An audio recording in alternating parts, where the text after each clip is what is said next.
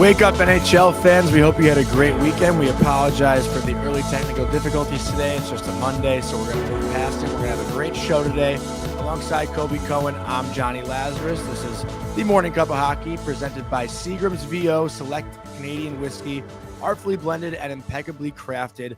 Make it your very own. The Nation Network of Podcasts will be live from the Seagram's VO Whiskey Studio at the Fairmont Royal York as part of All-Star Weekend festivities, February 1st and 2nd. Colby and I are very excited. We're going to be at NHL All-Star Weekend. We're going to be in Toronto on Wednesday nights. We got a lot of fun things planned. But before we go into any of that, Colby, let's hear about your weekend. You don't look too happy this morning. Is it because of me or something else? What's going on? It's usually because of you, Jonny. I think you already know the answer to that question because, technical difficulties are your fault and your fault only. Mm-hmm. You're supposed to be the YouTube kid, so way to go.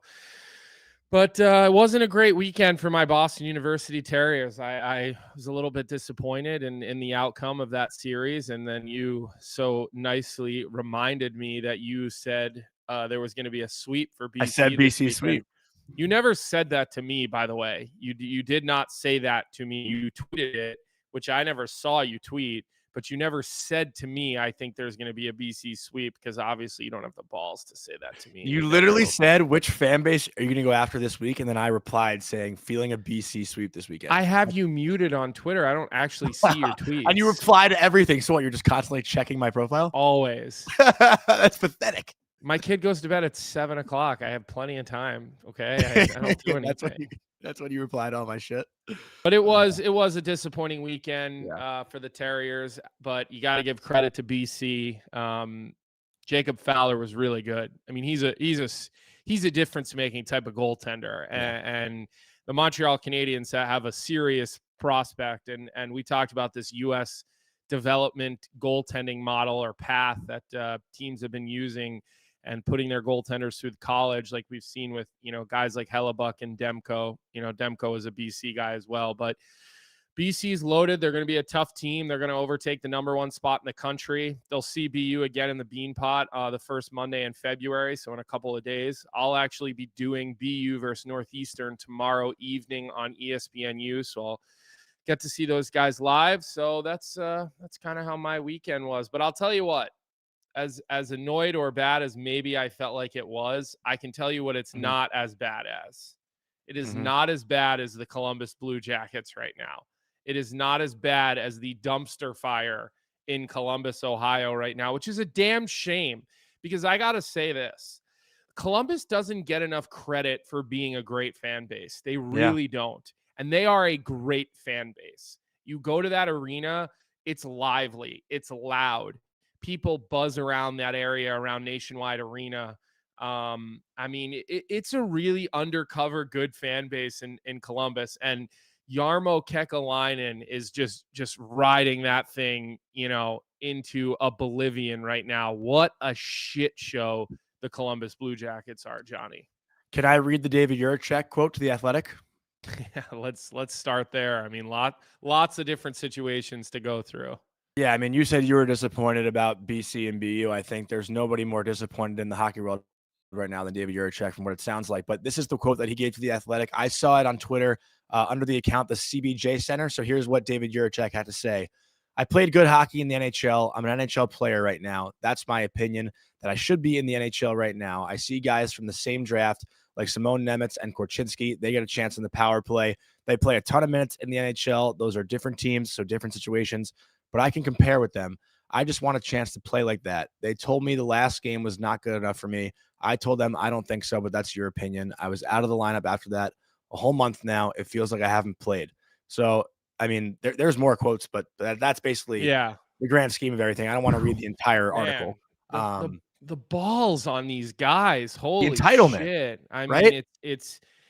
It's levels of entitlement that we're just starting to see time and time again. And the reality is it's just, it's part of this younger generation of I want it now and I want it fast and I want it all. And look, I'm not going to sit here and lie to you and pretend like I watch Columbus all the time. They're dreadful to watch. So I don't see this kid play all the time. There's just not a team that I, click over to watch play hockey for obvious reasons. But I don't like those comments. I think they're cocky. I think they're arrogant. I think that they're tone deaf. I really do. I mean, look, it's good to be confident, and maybe that's a conversation you need to have with the general manager. But by going to the press and going public with it, sorry, I just don't think you earned the right to do that yet as a 20-year-old hockey player, maybe not even 20. He's probably still a teenager.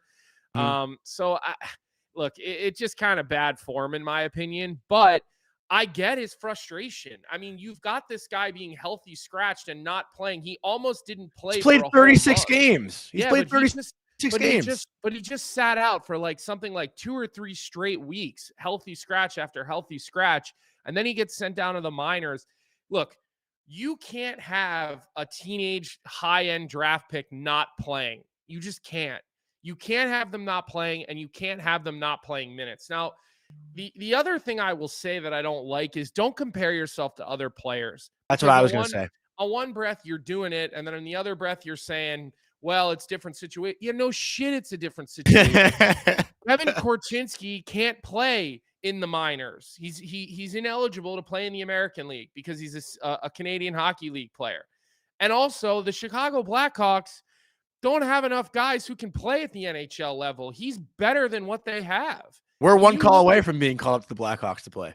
I mean, like that was always the running joke when I was there broadcasting. I'd be like, Kyle, you need a right shot defenseman. I mean, after we did the gender reveal for my daughter, where we used an exploding puck and I was just top cheese, Kyle was like, hey, right shot defenseman, you can still shoot it a little bit. So, but you look at their decor, they've got Provorov, they've got Werenski, they've got Gabranson, they've got Damon Severson.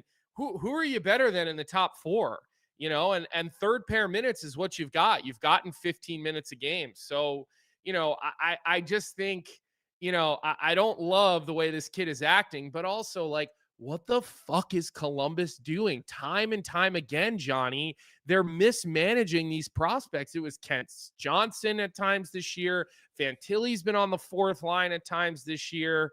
I mean, they're who and what are they doing? Are they rebuilding? Are they trying to win? If they're trying to win, then they need new everything. I mean, it's just it's really, really you're also missing that Elvis Rodriguez wins an overtime game about a month ago and comes out after and says he wants to trade. I mean, he wants out. Laine going now to the player assistance program. Oh, hold on. Let's not get into that yet because that's a little bit of a different animal. But it's just a list of issues in Columbus. What do you think Johnny Gaudreau's sitting there thinking right now? A guy who could have pretty much gone anywhere in the NHL decides to go to Columbus. And it just seems like, again, like I put this on Jarmo Kekalainen 100%. I want to know who he has blackmail on to still have his job because the Mike Babcock thing should have been the end of Jarmo Kekalainen. It should have been the end of him. The fact that he got another chance after that, it makes me wonder, like, are they just not wanting to pay multiple managers? Are they being cheap in Columbus? Like, what is the deal there? Because how many strikes does this guy get? I mean, you've gone through how many coaches now? Even players wanting out. I mean, I know that, this name is, say what you want about him, but Pierre-Luc Dubois, but he doesn't get that was because he didn't want to be coached hard by John Tortorella. I mean, that's just, But it's a constant theme of just players going to Columbus and wanting out. Like, there's got to be some kind of change, some kind of turnover. If I'm the owner, I'm getting rid of Jarmo Kekalainen today. I'm promoting Chris Clark to be the general manager and interim general manager, and let's see the moves that he can make and talk to some GM. Maybe he's the guy. Chris Clark is very well respected.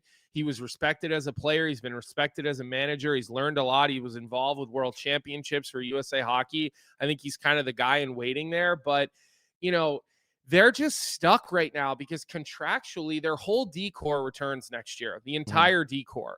They've got 2 RFAs, but they're team-controlled players, Blankenberg and Bean.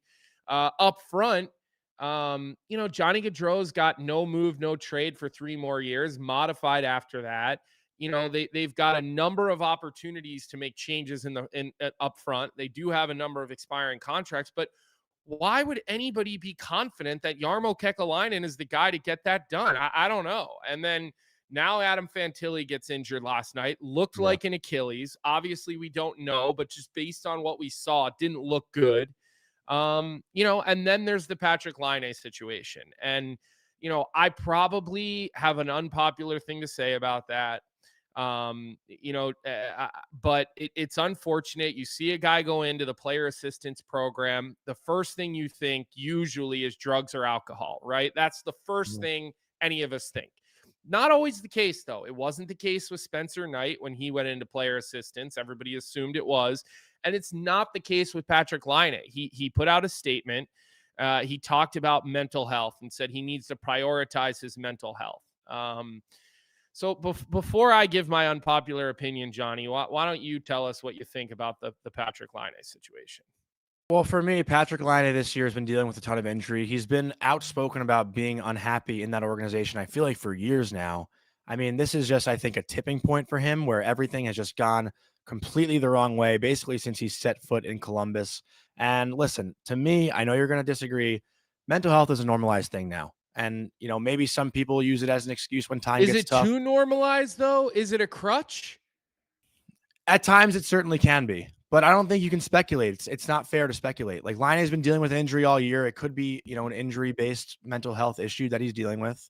Is he the first guy to deal with a lot of injuries? No, of course not. And I know we, somewhat come of an age where the going gets tough, the tough get going, and you got to kind of stick through things and deal with it and see it through. But when it gets tough, guys literally get going now. Nobody wants to deal with adversity anymore. And look, this isn't necessarily directed directly at Patrick Laine or mental health. Listen, I get it that it's mental health is important. I understand that. I'm not saying it isn't, but you make $9.5 million to play a kid's game every day.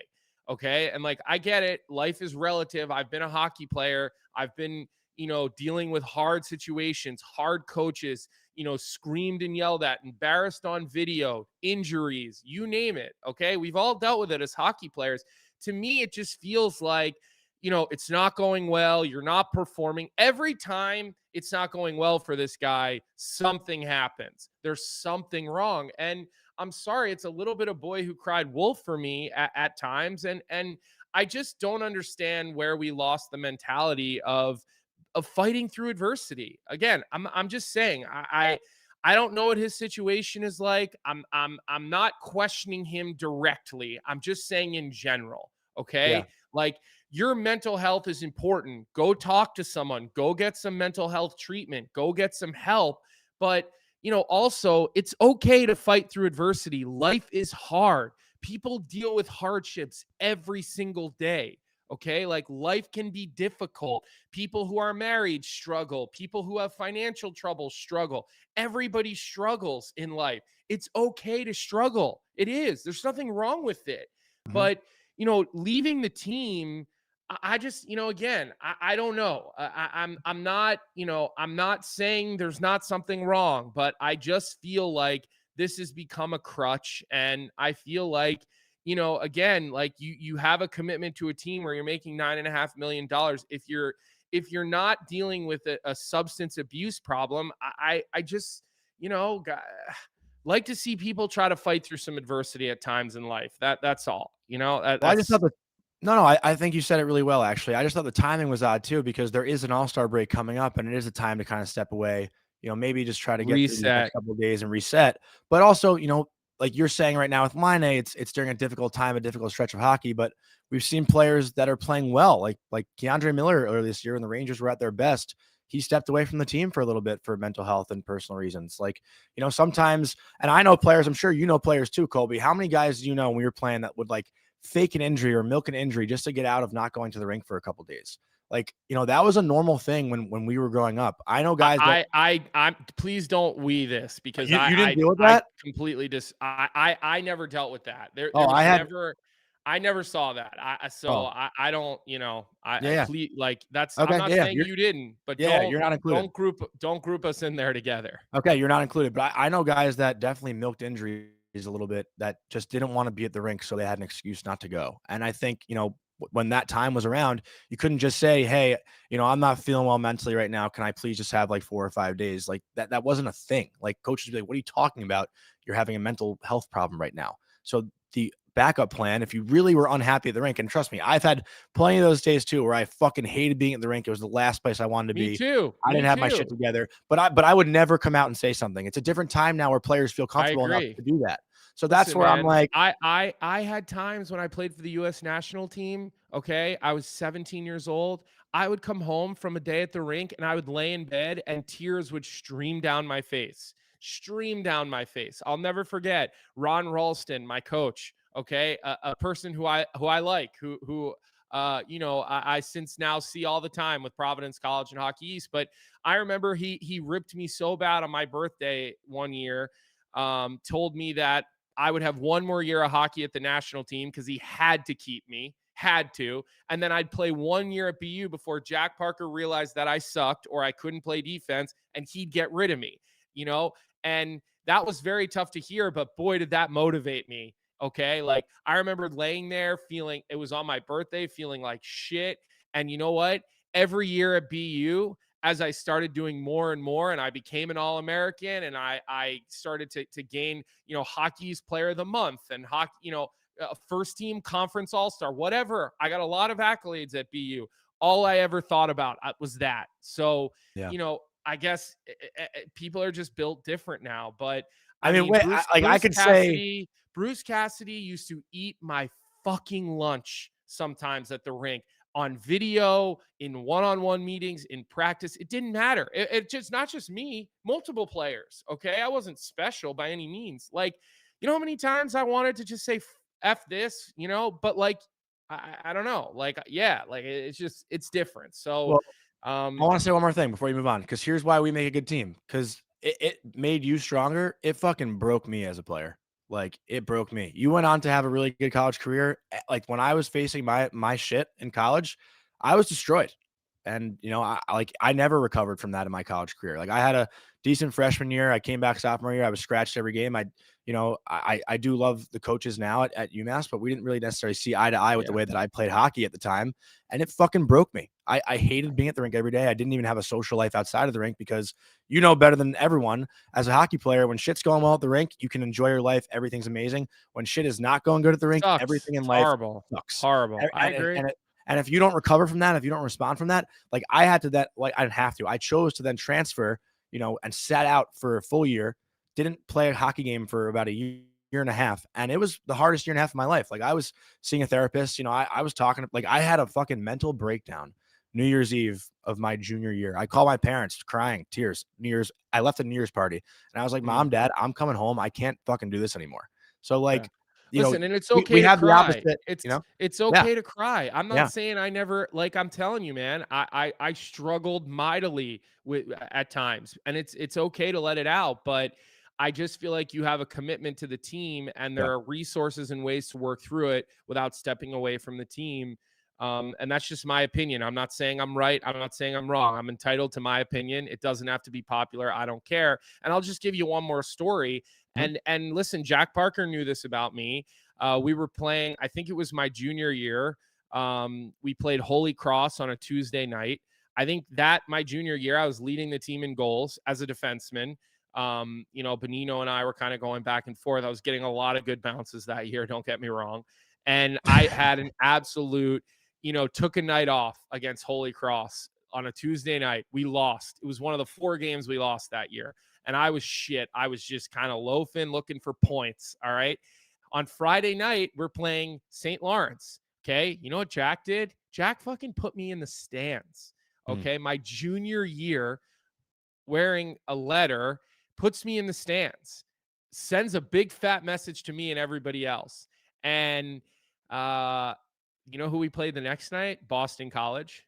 And you know what I did the next night? I had 2-1. We won the game. And I got first star of the game.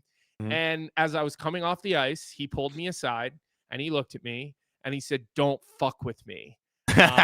And I kind of smirked at him and we hugged it out. And he knew he knew what he could get out of me by lighting that fire under my ass. And I get it. Not everybody's like that.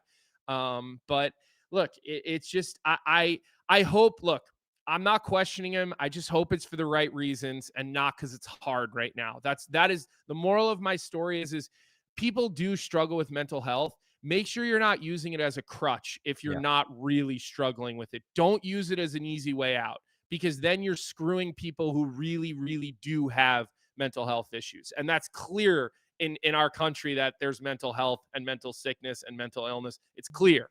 So, I just hope people are doing it for the right reasons. So I do think with that, let's move on to something a little more of a friendly topic to you, although sad and disappointing.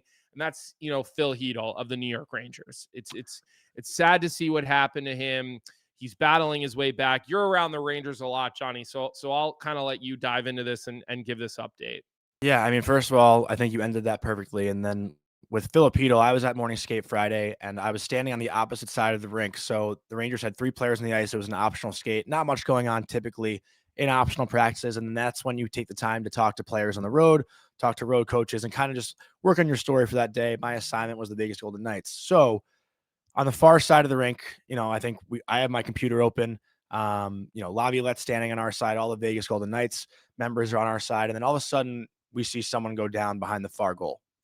And obviously, at first it's like, oh, okay, like, no big deal. We couldn't really tell who it was. And then as 30 seconds pass, a minute pass, the player still isn't really moving. And then we realize it's Filip Chytil.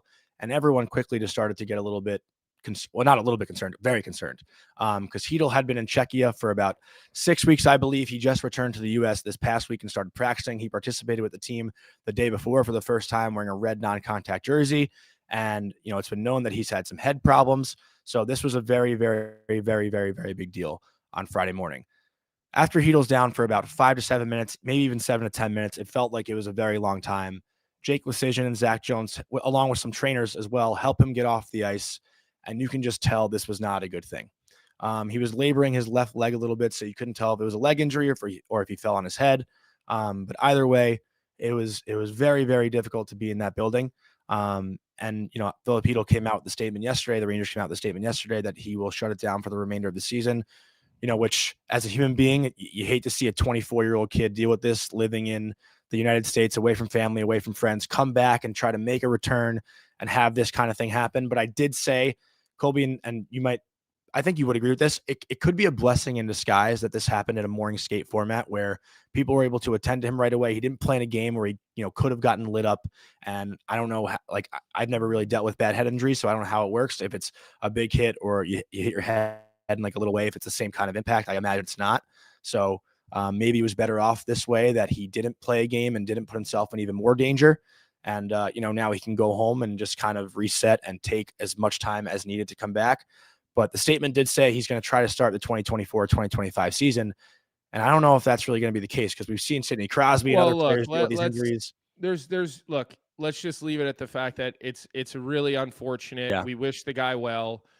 We obviously have no idea what's in the future for him. It's a shame because he was kind of budding. His career was really kind of budding. He's playing his best hockey. Yeah. And so, look, we wish him well. I'm sure as updates come in, you'll get them. You're around the Rangers all the time, and we'll talk about them. But, look, it's a void, because I think this is somebody they were counting on being a deadline acquisition for them. So my question to you, Jonny, would be, where do the Rangers go from here? Because look, to me, they don't look like a team that's one player away from being a contender. The way that they've played for 2 months now makes me think that this team is more than one player away from being a contender. So I'm curious to you, like, where do they go? What do they do here? Because they're not getting goaltending. They're not getting top end play. I saw someone suggest the other day that the only contract that's really trade friendly would be Keandre Miller's, just because of he doesn't have that no move, no trade protection that some of the other contracts have.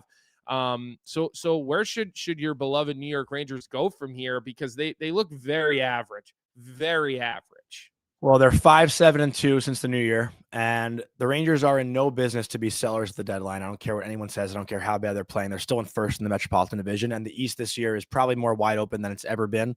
If you look at all the teams and how they stack up, I think the Rangers still have to buy, and they have to go after it, because this isn't a group that's building. Who?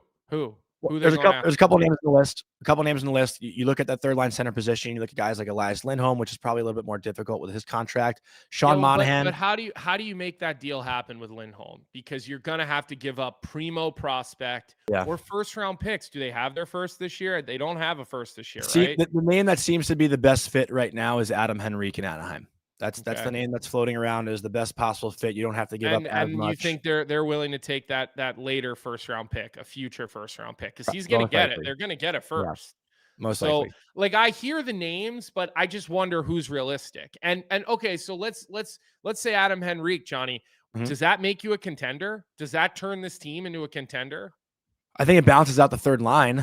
You know, they've had AHL guys. But listen, their entire top six is ice cold. They're not getting saves on the back end. They're not defending well. They're turning pucks over at their blue line and their red line, so they're creating a lot more, craziness for themselves. Panarin really is the only guy who seems to continuously be going. Vinny Trocheck too. Vinny Trocheck's been great. I agree with you. And, we got to get Vinny on here. We both know Vinny well enough to get him on the show. So that's a guy we should look to get on maybe after the All-Star break, after he's got a nice tan with his bye week and his All-Star break. But let me ask you a question now. Let me ask you a question. What would you say the prime age is for an NHL player, like when they're at their best? Probably like 20 for a defenseman, probably like 27, 28. Any player. For a forward, probably like 25. Okay, you want to hear a crazy stat? Filip Chytil was the only forward on the Rangers roster between the age of 24 to 29. The only one. So everyone's either younger or older. That's how their lineup is built right now. Well, listen, I think that a couple of years ago they had that year where they went all the way to the conference finals, and I think that kind of rushed their rebuild. Like, I don't think they ever saw their rebuild through. I really don't. They didn't. I think that they went 75% of the way, and then this is the problem. And look, they've got an aging core. They do have an aging core. They look slow in the playoffs last year against the Devils. They look slow right now. So. Look, I think there's problems in New York more than just a Sean Monahan or a Adam Henrique away. I don't know what the fix really is because they don't have a ton of assets. They don't want to give up Offman. No, not giving up Perreault, that's for sure. They're definitely not giving up Gabe Perreault with what he's doing. So he played really well this week, and he continues to be good for BC. But the last thing I want to ask you is, did you see the Trouba suspension? Because there's been a lot of suspensions the last couple of days. And I got to tell you, this is the one I probably disagreed with the most. I didn't see it, and I was watching the game, and you couldn't even find it. Go ahead, Vic, roll the clip so we can see it. It's hard to find, and it already happened. So if you didn't see it, you wouldn't really know what happened. And we have a better view coming up right there. You could see it. It's right behind the referee. Trouba comes in.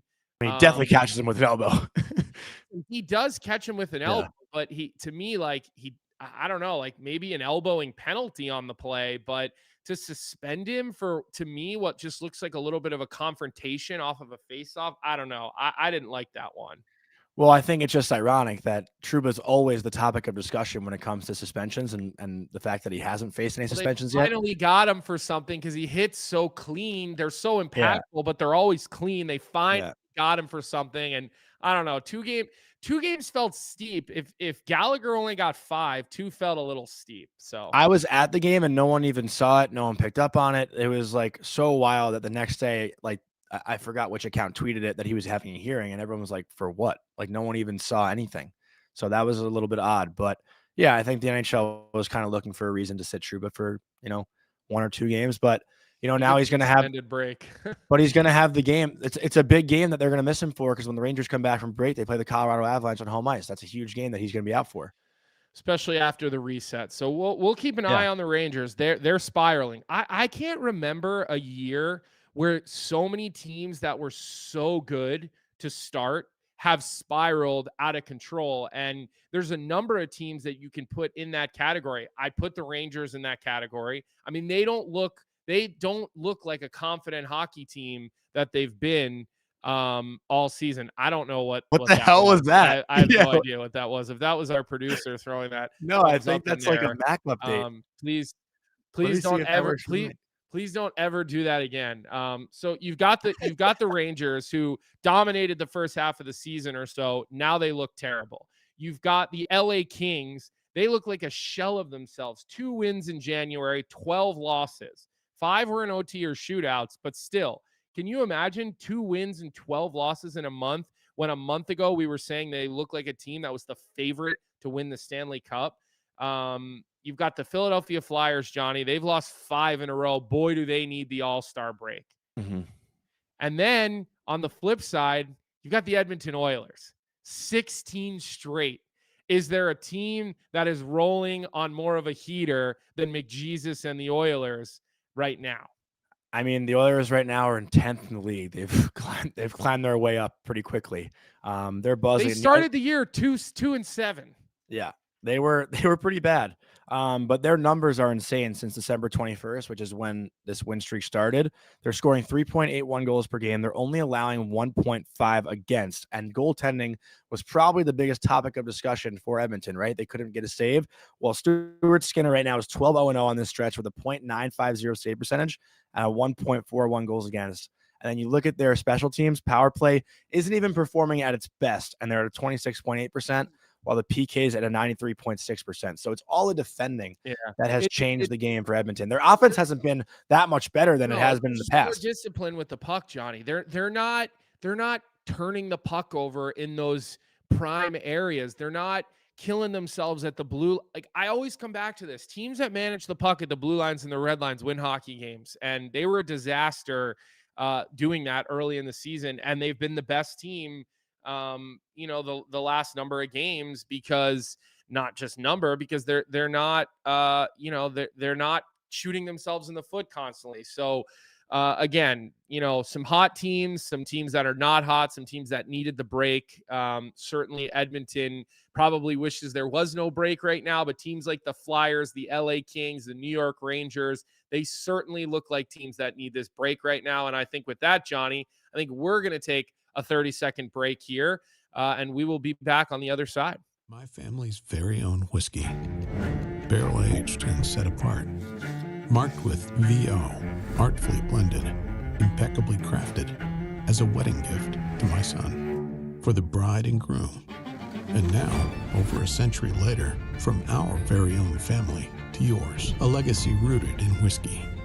Seagram's VO, growing deeper, reaching out, raising a glass to your legacy. Seagram's VO, make it your very own. Welcome back to Morning Cup of Hockey. We just want to read out some quick scoring milestones that happened this past week in the NHL. Austin Matthews put up his 40th goal against the Winnipeg Jets. Sam Reinhart scored his 20th goal in the power play. And fun fact at that, the Buffalo Sabres have only scored 20 power play goals this year as a team. And guess who played in Buffalo before heading over to Florida at some point? Sam Reinhart was a Buffalo Sabre at one point. I'm sure they're kicking themselves right now. And then Alexander Ovechkin scored his 831st goal, first goal in 9 games, and now he's 63 goals behind Wayne Gretzky. Is that still a sure thing? It's got to be, right? There's no way. I think it's still a sure thing. Listen, even if he has a down year this year, I don't expect him to have a down year next year. Like he could still shoot it. The one-timer's still there. I still think he gets it. I really do. He'll also just play till it happens. Like, I don't even care. Like, if the Caps ever had a 1-goal lead, he might not play a shift in the whole game. They'll throw him out for the empty net just to get him that record. Yeah, they'll just get him out there for empty nets. So, all right, I like this next segment. This is something we're going to do every couple of weeks now. We're going to look at the power rankings for the NHL. Now, just a note here, Johnny and I do not know what the other person put in for their power rankings. We share this with our producer, not in our group chat, which Johnny constantly blows up. Anyways, you asked me off the top of the show what I was annoyed about. Well, you really annoyed me all weekend with your texting in the group chat. But let's take a look at the power rankings, and I'm going to read Johnny's top 5, and then we can take a look at my top 5. There's some discrepancies in this week's power rankings. Johnny's got the Colorado Avalanche, the Vancouver Canucks, the Florida Panthers, the Winnipeg Jets, and then the Edmonton Oilers. Let me ask you a question. What are you smoking? The Edmonton Oilers have won 16 straight games. Power rankings are who is the best team right now, not what are the NHL standings, or we could just list the NHL standings. How do you not aren't give in order? The Edmonton Oilers? Oh, wait, so yours came out of order. My standings aren't like in order of the NHL standings. Right, I understand that, but these are the how do teams you? that I think are the best. But how do you not have the Edmonton Oilers up there? How is there a team playing better than the Edmonton Oilers right now? 16-0 in the last 16 games. What are you talking about? I still think Colorado's better. I still think top to bottom, Vancouver is better. I also think Florida. But who you think the is one better team, no, is different. the team that I should have had below them. What do you mean? These are still power rankings where these are all teams that are playing well. I'll read last 10 game stats. Colorado 7-3-0, Vancouver 8-0-2, Florida 6-2-2, 4-game win streak. Winnipeg 6-3-1. Yes, Edmonton has won 16 straight games, of course, but these 4 other teams are still playing very strong. The Winnipeg Jets just got beat by the Toronto Maple Leafs. They are a team. They just got beat by the Boston Bruins soundly. Like, they're having a hard time scoring goals against the Toronto Maple Leafs. That does not bode well for you when Samsonov has your number. How about they got beat by the Leafs twice over the past? The first game they should have won. The first game that was theirs. But the first game that was theirs. But did they? They didn't. Okay. No. So I wonder, when you put your power rankings together, are you like smoking a joint? How are you not shitting on me for just not having the Bruins? Listen, that's what you should shit on me for. No, because listen, there are things in power rankings that are up to discrepancy. I get that. But not having the Edmonton Oilers as your number 1 team, it feels like you have a vendetta against Edmonton. Do you hate Edmonton? Do you have a problem with the fan base? Is this a new fan base you have a problem with? I still think those teams are better. There's nobody playing better in the NHL right now than the Edmonton Oilers. It's not a debate. It's a fact. Okay. This is your opinion too, though. No, this isn't. It's a fact. These are the teams right now that I think are better. Just admit that you're wrong. Just admit that you're wrong. You're wrong. I'm wrong about Winnipeg. I'll give you that. So then why'd you put them in there? But I'm taking the Florida Panthers in a 7-game series over the Oilers right now. I am. Same with Colorado. Maybe not Vancouver. Maybe not Winnipeg. But Florida, Colorado, for sure, I'm taking in a 7-game series over the Edmonton Oilers. I just wonder. I know you're up late at night, but like, I wonder what you're watching when you're up late at night. Are you watching Cinemax at 1 a.m. or are you watching West Coast hockey games? Because I feel like a lot of the opponents too that Edmonton has played though have been the weaker opponents for the most part too. Like they've had a couple games against the Blackhawks. Who else did they beat recently this past week? Columbus. Like I feel like the opponents the past week have not been insanely impressive. Okay. Give me yours, man. 16-0. Who do you have? You took Winnipeg out. You took Winnipeg out. Yeah. Edmonton number 1. I think Vancouver number 2. They're 8-0-2 in their last 10. They don't have a regulation loss over 10 straight games. You're not going to play 10 bad NHL teams in a row. It doesn't happen. You look at the way that they're winning. You look at the saves that they're getting. You look at the job Rick Tocchet is doing, the way he's re-energized, Pettersson and Besser and Quinn Hughes has not only been a stud offensively, but he's defending more than I've ever seen him defend. I didn't think he knew where his defensive zone was, and he does. And then the Boston Bruins, they just continue to be thorough. They continue to be dominant. They continue to win games against other good teams. I think Jeremy Swayman is putting himself into the Vezina category. I really do. His record has been incredible. I think the Colorado Avalanche are playing really good hockey. I think Nathan McKinnon has gone up to another level. Obviously, when you have Makar and Devon Taves back there, you've got the best decor, the best top 4 at least, with Manson and Gerard and Bowen Byram on your third pair. Like I really like that Avalanche team. I really do. And then I rounded it out with Florida, who I think is also playing really good hockey. But again, I don't think Florida is a cup contender or a cup favorite at the moment right now. I don't see it. I really don't. What do you mean? I don't think that they're a cup favorite. I think the Boston Bruins are a better team than the Florida Panthers. I just do. Where's Florida's holes in their lineup? You look at the way Florida scores a lot of their goals on the power play. Sam Reinhart's got 20 power play goals. Their power play wins them a lot of games, which is part of the game of hockey. But what happens if that power play goes ice cold in the playoff series? Are they still going to continue to produce offensively? I mean, those are things that I look at when I think about a team. Could they run, four different series in the NHL playoffs and win a Stanley Cup? I actually think that Florida might be the team when you mix just playing heavy and playing with skill. I don't think there's a better team that mixes the two than Florida. And that's why I think they'll be a contender no matter what and no matter where they sit in the standings. Like I don't think anyone plays heavier than them. Yeah, I think contender is fine as a word. You just said no. I think contender, but not favorite. I don't think they're a favorite. You I just said wouldn't they think weren't even them a coming out of contender. No, I didn't. I said that, and I said, well, no, I didn't. I said, well, but they're a contender, but they're not the favorite coming out of the East. I think the Boston Bruins are a better team. I really do. I'll be interested to see what happens at the deadline. I think both teams are going to look to add because I think both teams have a chance. But again, you know, I just they live and die on the power play a lot of these games, and that worries me about that because if that power play goes cold, I think you need to be able to produce more 5-on-5. Well, They do you also think Boston's better on paper than Florida? No, not necessarily on paper. No, I don't. I think Florida on paper is better, but I just look at the wins that Boston's had lately. And here's the other thing: you can't forget this. Like Florida's on a 4-game winning streak right now after a 4-game losing streak. So they haven't been flawless this month. They've had their ups and downs. They've had their lumps. So that's why I'm saying I have them. Look, I have them in the top 5 of my power rankings in the NHL, but I just don't have them as high as you. I don't think they're as good as you do. I think the Boston Bruins are a better team. I do. There's a really funny comment in the chat. I want to read it.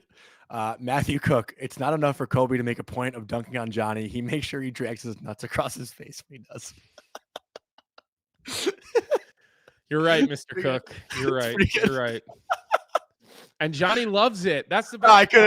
I read that and I couldn't hold that one in. Listen, Jonny is like the younger brother that the harder you punch him with the boxing glove, the harder he comes back. Like he just glutton for punishment. He loves this. He looks forward to getting abused every day. I just thought that was so funny. He really does. So you're giggling like a little boy.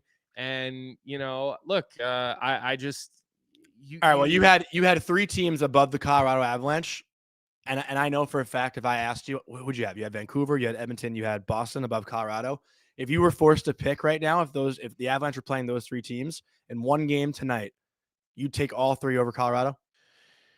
I'd certainly take Edmonton, and I'm not sure about the other 2. Because here's the thing, Jonny, I am looking at how teams are playing since we last did the power rankings. Like that's how I approach this exercise is who's playing the best hockey over the last 2 weeks in the NHL. Okay. And that's how I approach these power rankings. Otherwise we could just put the standings up. There's a difference between standings and power rankings. To me, this is how teams are slotted by the way that they are playing right now, current day over the last couple of weeks. So that's why I don't have the Winnipeg Jets in there. Doesn't mean I don't think they could turn it around and become a serious threat to win the Stanley Cup, but it's just because of the way the last 2 weeks have gone. And that's it. I was actually so here's something I was going to do as well that I thought you would shit on me for. I was going to put St. Louis in there over Winnipeg, but I thought that would be ammo for you to come at me for. So I got scared and didn't do it. Well, listen, I'm glad that I'm intimidating you because I should be. And I do think St. Louis has played really well. They beat LA last night in overtime. They're on a heater. Back in the playoff picture. But to me, they're still not a team that I would put in the top 5 of my power rankings. They probably that's the logic I came to, and that's why I didn't do it. Maybe they'd find their way into the top 10 of the power rankings, but it would be the bottom of the top 10. But they are playing good hockey right now. And we'll see the teams that have made coaching changes other than the Senators, which is the only game tonight, Senators Preds. Everybody else seems to be doing pretty well with their new coaching change. You look at Edmonton and you look at St. Louis. So we'll revisit in 2 weeks, Jonny, and we'll see what stupidity you got on your board. The Edmonton Oilers could be like 21 or 25 and 0 on some legendary streak, and you still wouldn't have them at the top of your power rankings. I didn't even have them in there 2 weeks ago. To talk to our friends at Oilers Nation about this, you're never going to be welcome on that show, especially when we see them in Toronto this week. You're probably blacklisted from Tyler Yaremchuk's Oilers Nation shows. Yeah. We might do power rankings in 3 weeks just because there isn't much hockey to be played this week with the All-Star weekend. So we might hold off on that. Yeah, it's a good call. A lot of teams are already on break. I see guys in the Bahamas, Grand Cayman. I see guys getting away a little bit. So good for them. Too bad I don't get away for 2 weeks and I got to stare at your face. I'm excited. I can't wait. I'm not going to be here tomorrow though, so I'm kind of looking forward to a day away from you. I wish I could every other day have to work with you, but here we go. Here we go. I want to see if What was his name again? If he Matthew Cook, if he commented anything else. No, he didn't. All right, but that's going to wrap it up, I think, for today's show. I'll be back here tomorrow with Frank Cervelli at 9 a.m. Colby will be taking the day off. Taking the day off? I'm working tomorrow, bud. I'm working, okay? I'm flying. I'm going to Boston. I got a game. Check it out. ESPNU, BU Northeastern. BU looks to get back on track after a tough weekend. Can never go wrong seeing Macklin Celebrini and Laine Hudson play hockey. That's going to wrap up today's show. Back at it tomorrow. Back here Wednesday, in Toronto on Thursday. Thank you all for listening. Thank you for getting involved in the chat. Thank you to our producer, Vic, and we'll see you tomorrow. Why are you thanking him? What's up, hockey fans? If you enjoyed that video, then you need to be hitting the subscribe button right here at Daily Faceoff. Exclusive interviews and analysis from our hockey insider Frank Cervelli, fantasy updates from Brock Sagan, and a daily live show at noon Eastern Monday through Friday. You don't want to miss any of the fantastic content, so hit that subscribe button.